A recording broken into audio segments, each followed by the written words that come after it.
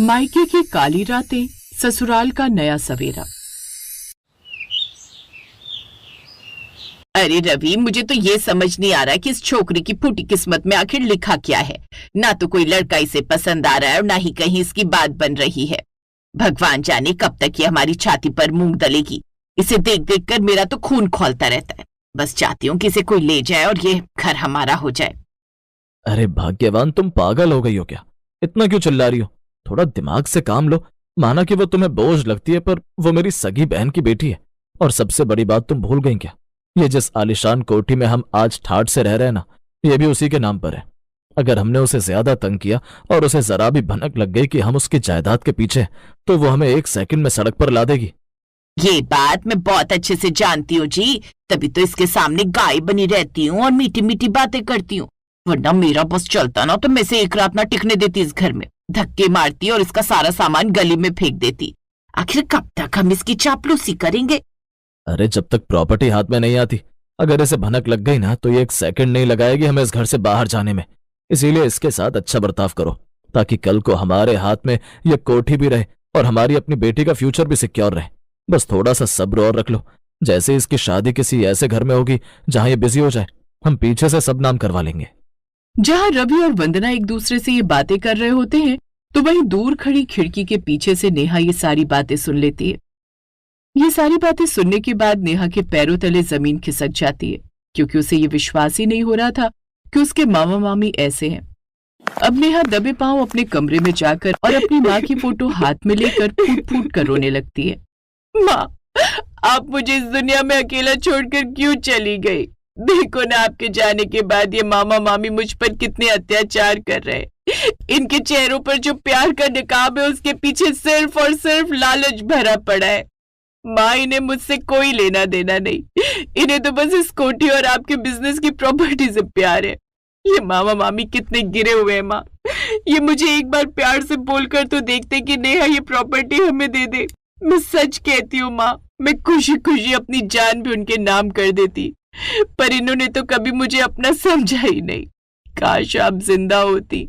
पापा तो पहले ही चले गए थे। आपने भी मेरा साथ छोड़ दिया और छोड़ दिया मुझे इन लालची लोगों के पीछे।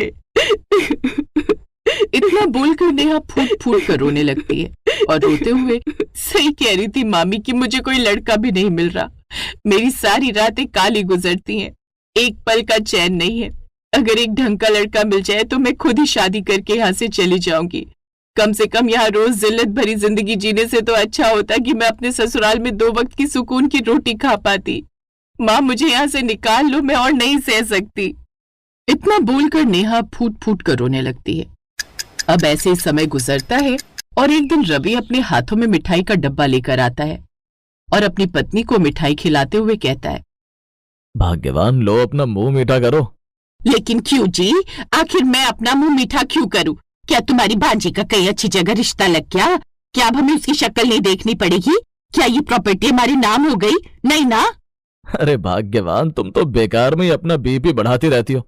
माना प्रॉपर्टी हमारे नाम नहीं हुई, माना कि मेरी भांजी इतनी जल्दी घर से नहीं जाएगी, लेकिन अब उसको इस घर से निकलने में ज्यादा समय नहीं है, क्योंकि मैंने उसके लिए एक लड़का देखा है। जल्द ही हम उसकी शादी उससे करवा देंगे। बस तू नेहा से एक बार बात कर लेना इस बारे में। वंदना जब रवि के मुंह से ये बात सुनती है तो उसकी खुशी का ठिकाना नहीं रहता। आप सच कह रहे क्या? रुकिए रुकिए, मैं अभी नेहा को अपने पास बुलाती हूँ और उसे ये खबर देती हूँ। इतना बोलकर अब वंदना बड़े ही प्यार से नेहा को बुलाती है और उसका मुंह मीठा करवाने लगती है। ये देख नेहा अपनी मामी से कहती है, क्या बात है मामी, आप मुझे ये लड्डू क्यों खिला रही हो? अरे नेहा बेटा, ये लड्डू तेरे मामा तेरे लिए लेकर आए हैं। तुझे पता है तेरे लिए एक रिश्ता आया है। लड़के का नाम आदित्य है, बहुत नेक और संस्कारी लड़का है। अरे मैं तो कहती हूँ एक बार तू उसे देख ले। जल्दी से तू शादी ब्याह कर अपना घर बसाएगी तो तेरे लिए अच्छा है। वैसे भी समय के साथ उम्र ढलती है। कितनी सफाई से झूठ बोलती हैं ये।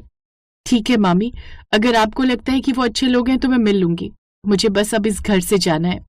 नेहा की बात सुनकर वंदना और रवि एक दूसरे की शक्ल देखते हैं और मुस्कुराते हैं। समय गुजरता है और बहुत जल्द नेहा और आदित्य का रिश्ता पक्का हो जाता है। शुभ मुहूर्त देखकर उन दोनों की शादी भी हो जाती है। थोड़ी देर में विदाई का समय आता है और विदाई से ठीक पहले वंदना नेहा को अकेले में बुलाती है और उसके हाथ में कुछ पेपर्स देते हुए कहती है, बेटा नेहा ये ले, जाने से पहले बस इन कुछ कागजों पर साइन कर दे। ये तेरे बिजनेस के पेपर है ताकि तेरे पीछे से तेरे मामा सब देख रेख कर सके, तुझे ससुराल में कोई टेंशन ना हो। हम नहीं चाहते कि वहां जाकर तू इन पचड़ों में फंसे। फिक्र मत कीजिए मामी, मैंने पहले ही सब इंतजाम कर दिया है। आप लोगों ने जो चाहा था वही होगा। नेहा विदा होकर आदित्य के घर पहुंच जाती है। वहां उसकी सास उसका स्वागत बहुत ही सादगी और प्यार से करती हैं। बहू घबरा मत, ये एक छोटा घर जरूर है पर यहाँ तुझे कोई टोकने वाला नहीं मिलेगा। तू हमारी बेटी जैसी है, आज से यहाँ सुकून से रह और जो तेरा मन करे वो कर। सासू माँ की ऐसी बातें सुनकर नेहा की आंखों में आंसू आ जाते हैं और वो रुआंसी आवाज में कहती है, माँ मुझे बस यही चाहिए था। कोठियों में सुकून नहीं होता, वो तो लोगों के दिलों में होता है। आदित्य जी, क्या आप मेरा साथ देंगे? नेहा, मैंने तुम्हें पहले ही कहा था मैं तुम्हारा दोस्त हूं। अब से तुम्हारी हर रात सुनहरी होगी, काली नहीं। आदित्य की बात सुनकर नेहा के चेहरे पर एक प्यारी सी मुस्कान आ जाती है और वो गृह प्रवेश करके अंदर चली जाती है। ऐसे ही समय गुजरता है और कुछ दिनों बाद मामा रवि का फोन नेहा के पास आता है। रवि फोन पर चिल्ला रहा होता है, नेहा ये तूने क्या किया? ये पुलिस हमारे घर क्यों आई है? और ये जो तूने कागजों पर साइन किए थे, ये तो घर खाली करने का नोटिस है। तूने अपने सगे मामा को धोखा दिया। मामा जी, धोखा मैंने नहीं, आपने दिया था। मैंने उस रात खिड़की के पीछे से सब सुन लिया था कि आप मेरी कोठी और जायदाद के लिए मुझे बोझ समझ रहे थे।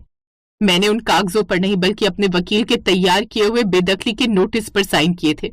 वो घर और प्रॉपर्टी अब एक अनाथ आश्रम के नाम है। बेवकूफ लड़की, तूने हमारे साथ ये क्या किया? हम सड़क पर आ गए। मामी, आप ही तो कहती थी ना कि मैं आपकी छाती पर मूंग दल रही हूं, तो अब आप लोग अपनी मेहनत की कमाई खाइए। अब मेरा नया सवेरा हो चुका है और आपके हिस्से में वो काली रातें आ गई हैं जो आपने मुझे दी थी। इतना बोलकर नेहा फोन काट देती है और अपने मामा मामी का नंबर ब्लॉक कर देती है। इस तरह कई रातें काटने के बाद नेहा की जिंदगी में एक नया सवेरा आ जाता है, वो भी उसके ससुराल में।